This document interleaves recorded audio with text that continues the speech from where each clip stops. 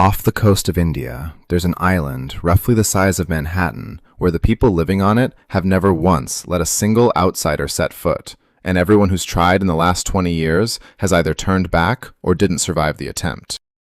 How does a small tribe with no metal tools and no written language keep one of the most powerful countries on Earth from ever making real contact?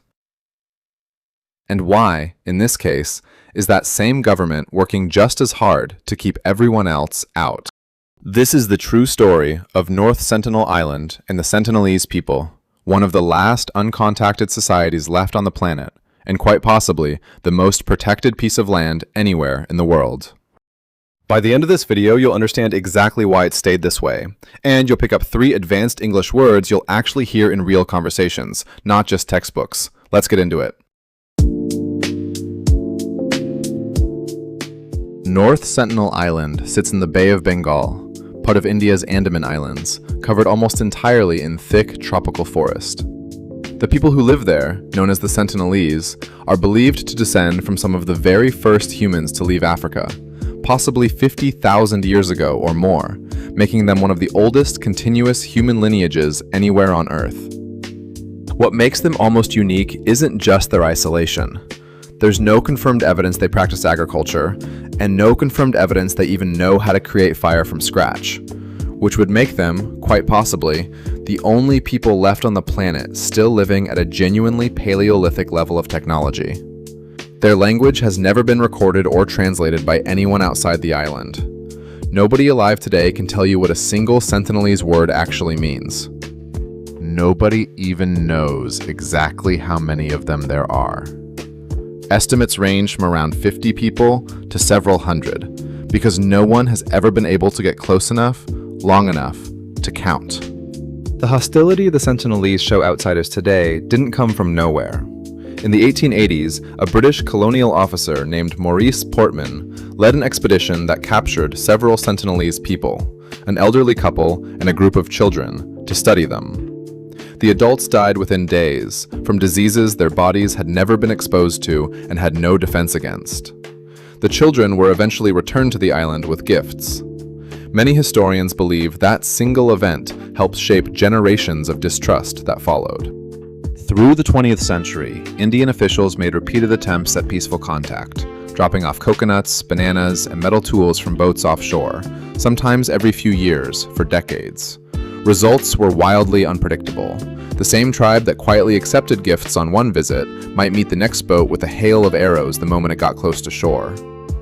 In 1974, a documentary film crew tried to film a similar gift drop, and their director was struck in the leg by an arrow. But in 1991, something remarkable happened. A small group of Sentinelese came out unarmed and accepted coconuts directly from an Indian research team's hands, the closest thing to a peaceful meeting that's ever been documented. By 1997, India had abandoned future contact attempts entirely, shifting permanently to a policy of watching from a distance and nothing more. In 2004, a massive earthquake and tsunami devastated coastlines across the entire region. Days later, an Indian Coast Guard helicopter flew over North Sentinel Island to check whether anyone had survived. A single Sentinelese man walked out onto the beach and fired an arrow directly at the aircraft. The photograph of that moment traveled around the world, proof in one frame that they'd survived, and that nothing about their defiance had changed. In 2006, 2 fishermen anchored too close to the island overnight. Their boat drifted onto the shore while they slept, and they were killed. A police helicopter that later tried to recover their bodies couldn't safely land, and the remains were never returned. Then, in 2018, an American named John Allen Chow paid local fishermen, illegally, to take him near the island. He wanted to make contact and, by his own account, to introduce the Sentinelese to his religious beliefs.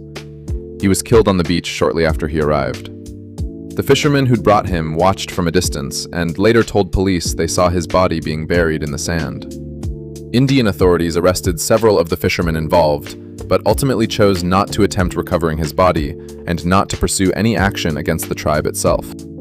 His death set off a genuine debate that's never fully settled. Some saw him as reckless, having broken the law and endangered a protected people purely to pursue his own personal mission. Others focused on his individual courage and conviction. But almost everyone covering the story agreed on one thing: His attempt at contact had been exactly the kind of encounter Indian law was designed to prevent in the first place.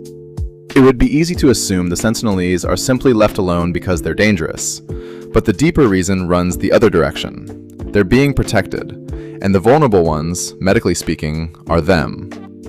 Because the Sentinelese have never been meaningfully exposed to outside diseases, they have no built-up immunity to illnesses as common and mild to the rest of us as the flu or a cold. History has already shown what happens without that protection. After the British made contact with neighboring Andamanese tribes in the 1800s, their populations collapsed from disease almost immediately, dropping from thousands of people down to a small handful of survivors within a few generations. A single well-meaning visit to North Sentinel Island could realistically wipe out the entire reclusive population within weeks. That's why Indian law, in place since 1956, makes it illegal to travel within several kilometers of the island, backed up by a continuous Coast Guard patrol and a total ban on photographing the tribe. And that brings us to the detail this video's title is built on: the popular claim that Google deliberately blurs North Sentinel Island on its maps to hide something. It's a great story, but it isn't quite accurate. Google doesn't apply any special blur or censorship to this specific island. What you're actually seeing is simply older, lower resolution satellite imagery. Because North Sentinel is so remote, so rarely photographed, and so legally off limits that nobody has ever gone back to update it with the sharp, modern imagery most of the rest of the world gets. Interestingly, Microsoft's mapping service has taken an even more direct approach. It removed its close-up aerial photography of the island entirely, rather than leave it up at all. It looks hidden. It's really just forgotten and deliberately left that way, which, in its own way, might be exactly how the Sentinelese would prefer it.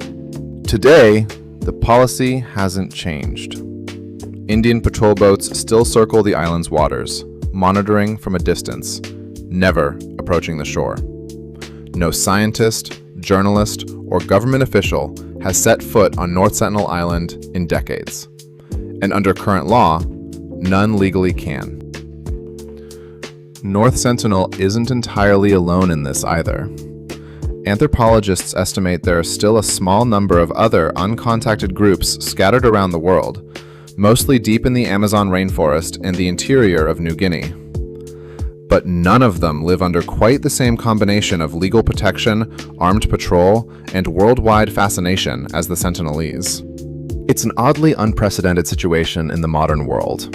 In an era when satellites can photograph almost any square meter of the planet in sharp detail, one small island remains, by design and by law, almost entirely unknown to everyone outside it. Not because the world can't look closer, but because, for the sake of the people who live there, it's chosen not to. Let's lock in today's 3 words. Vulnerable, easily harmed, especially without protection. Newborn babies are vulnerable to infections that wouldn't bother an adult. Reclusive, choosing to avoid other people and live in isolation. The famous author became increasingly reclusive after her first book's success. And unprecedented, never having happened before, with no earlier example to compare it to. The company's growth last year was completely unprecedented. Try using one of these 3 in the comments. I'll be reading them. If you understood most of that without needing the subtitles, you're already listening at an advanced level. Subscribe. Next episode is even stranger than this one.